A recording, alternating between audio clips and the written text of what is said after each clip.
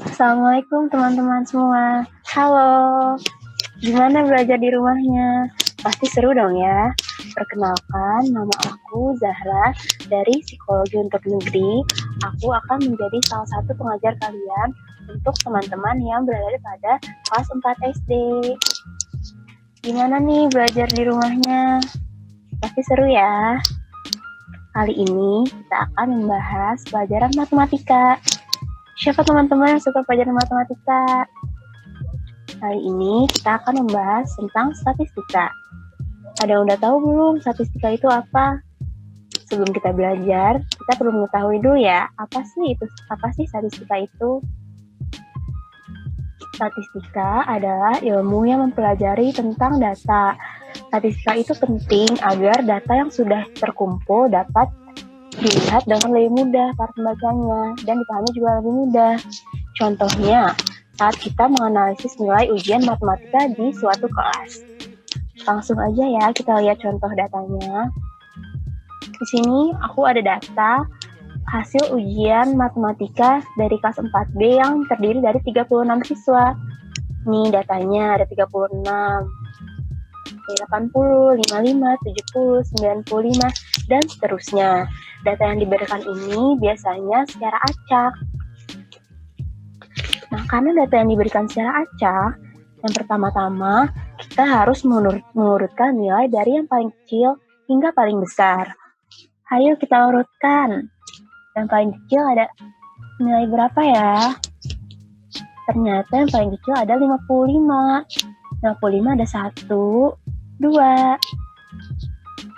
Dan begitu seterusnya sampai kita mencapai nilai yang paling besar yaitu 100. Nah, di sini udah ada hasil mengurutkan nilai dari yang paling kecil hingga paling besar. Setelah itu, agar memudahkan kita membaca data, kita membuat tabel. Nah, tabel itu terdiri dari nilai di paling kiri. Kalian tulis nilai yang paling rendah hingga paling tinggi. Karena di sini nilai yang paling kecil ada 55, kalian tulis 55. Setelah itu ada berapa? 60, 65, 70, 75, 80, 85, 90, 95, dan 100. Frekuensi ini adalah banyaknya siswa yang memperoleh nilai tersebut. Contohnya, yang memperoleh nilai 55, ada berapa siswa? Nah, ada 2 siswa. Yang memperoleh nilai 60, juga ada 2 siswa. Yang memperoleh nilai 65, ada 3 siswa. Begitu seterusnya. Gampang kan teman-teman? Jadi, tabel yang kalian buat terdiri dari nilai-nilai yang diperoleh oleh siswa di bagian kiri ini, dan di bagian kanan ada berapa banyak siswa yang memperoleh nilai tersebut. Mudah kan? Oke, selanjutnya, setelah kita membuat tabel, kita dapat membaca datanya. Nah, setelah kita buat, kita dapat mengetahui nih, ada berapa siswa yang memperoleh nilai 65. Tinggal dilihat saja di bagian frekuensi atau banyaknya siswa. Ternyata ada 3 siswa yang memperoleh nilai 65. Begitu juga dengan semua nilainya. Ada berapa siswa yang memperoleh nilai 90? Ternyata ada 3 siswa yang memperoleh nilai 90. Kita juga dapat menafsirkan data setelah membuat tabel.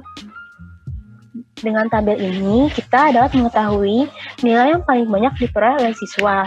Kira-kira berapa ya? Kita langsung lihat saja di frekuensi. Yang paling tinggi yang mana? Ayo, yang mana? Nah, yang paling tinggi adalah 80. Karena ada 8 siswa yang memperoleh nilai 80.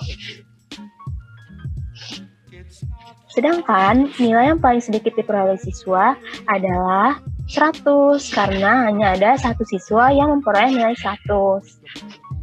Gampang ya? Nah, setelah membuat tabel, kita dapat melihat data dengan lebih mudah lagi. Gimana sih caranya? Ada yang tahu nggak?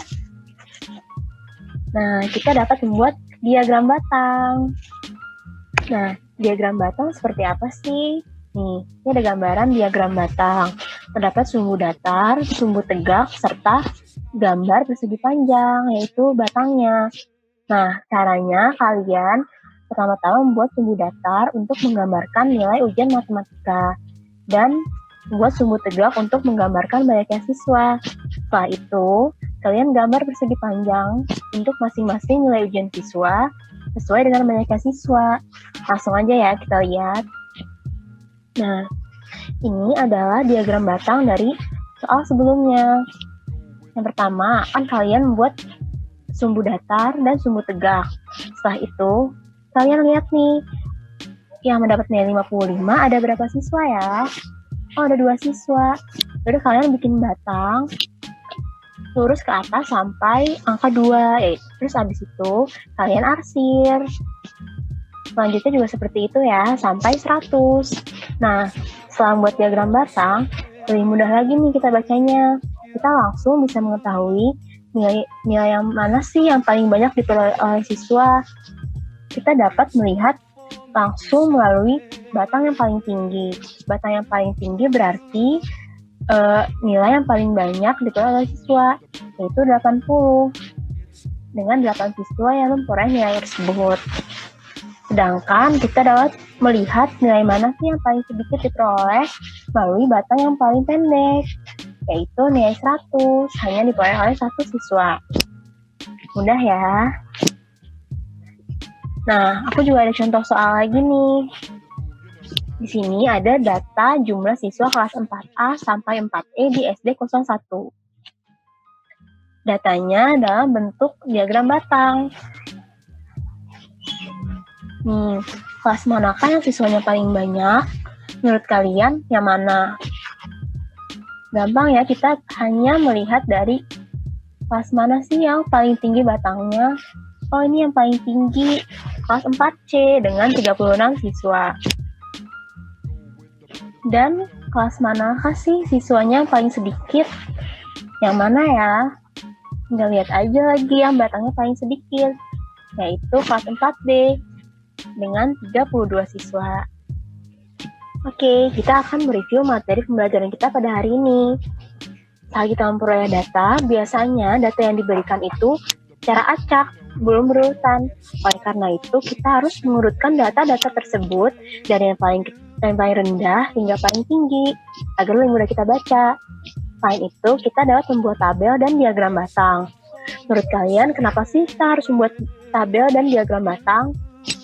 Nah, tabel dan diagram batang sangat penting agar kita dapat mengetahui maksud dari data tersebut apa. Contohnya, saat pertama kali kita diberikan data, kita belum tahu nih, kita cuma melihat angkanya saja, kita belum dapat menafsirkan data-datanya. Namun, setelah kita membuat tabel dan diagram batang, kita dapat mengetahui ternyata ada 2 siswa yang memperoleh nilai 55. Dan dari kelas 4B paling banyak memperoleh nilai 80. Oleh karena itu, jangan lupa untuk membuat tabel dan diagram batang ya. Gimana adik-adik? Sudah mengerti belum pembelajaran pada hari ini? Di sini aku ada sedikit pertanyaan nih untuk kalian. Nah, di sini ada data banyaknya jumlah pengunjung perpustakaan sekolah pada hari Senin sampai Jumat. Data yang diberikan itu dalam bentuk diagram batang. Pertanyaannya, yang pertama, hari apakah perpustakaan sekolah paling ramai pengunjung? Yang kedua, hari apakah perpustakaan sekolah paling sedikit pengunjung? Dan yang terakhir, berapakah jumlah pengunjung perpustakaan sekolah pada hari Senin? Itu dia ya pertanyaannya. Jangan lupa soalnya dijawab. Oke. Sampai segitu dulu pembelajaran kita pada hari ini. Terima kasih kepada adik-adik yang sudah mendengarkan. Mungkin kalian tahu di Indonesia dan negara-negara lainnya di dunia sedang terserang oleh virus COVID-19. Cara mencegahnya adalah dengan tetap menjaga kebersihan dan menghindari pertemuan dengan orang banyak. Caranya adalah tetap di rumah aja. Jadi kakak harap kalian dapat tetap di rumah saja karena kesehatan kalian adalah yang paling penting. Sampai jumpa di pembelajaran berikutnya.